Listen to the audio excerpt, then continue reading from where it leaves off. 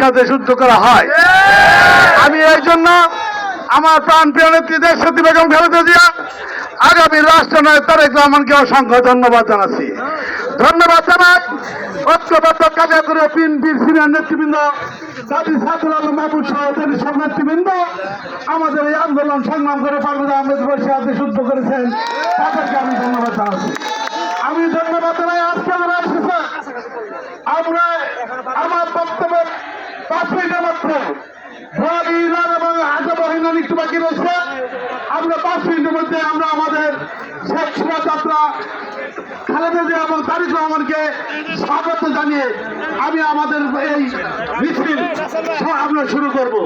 আমাদের সিনিয়র নেতৃবৃন্দ যারা আছেন, অঙ্গ সংগঠনের নেতৃবৃন্দ যারা আছেন, যারা করে মিনতি করি আমাদের এই মিছিলটা যেন আমি গ্রেপ্তারের পরে যেভাবে আপনারা সুশৃঙ্খল ভালো মিছিল করেছেন সেই জন্য ভালো মিছিল করেছেন, সেই জন্য লোকে সেই সুশৃঙ্খল মিছিল আপনাদের জন্য করার জন্য অনুরোধ করছি।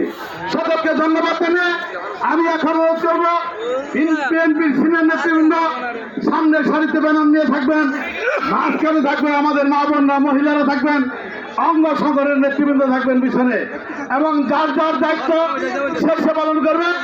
আমরা এখান থেকে শুরু করে আমরা ওভারব্রিজ ক্রস করে আমরা শিবতলী হয়ে বাসস্ট্যান্ড হয়ে পাকিস্তান হয়ে আমরা বাসস্ট্যান্ডে এসে শেষ করবো।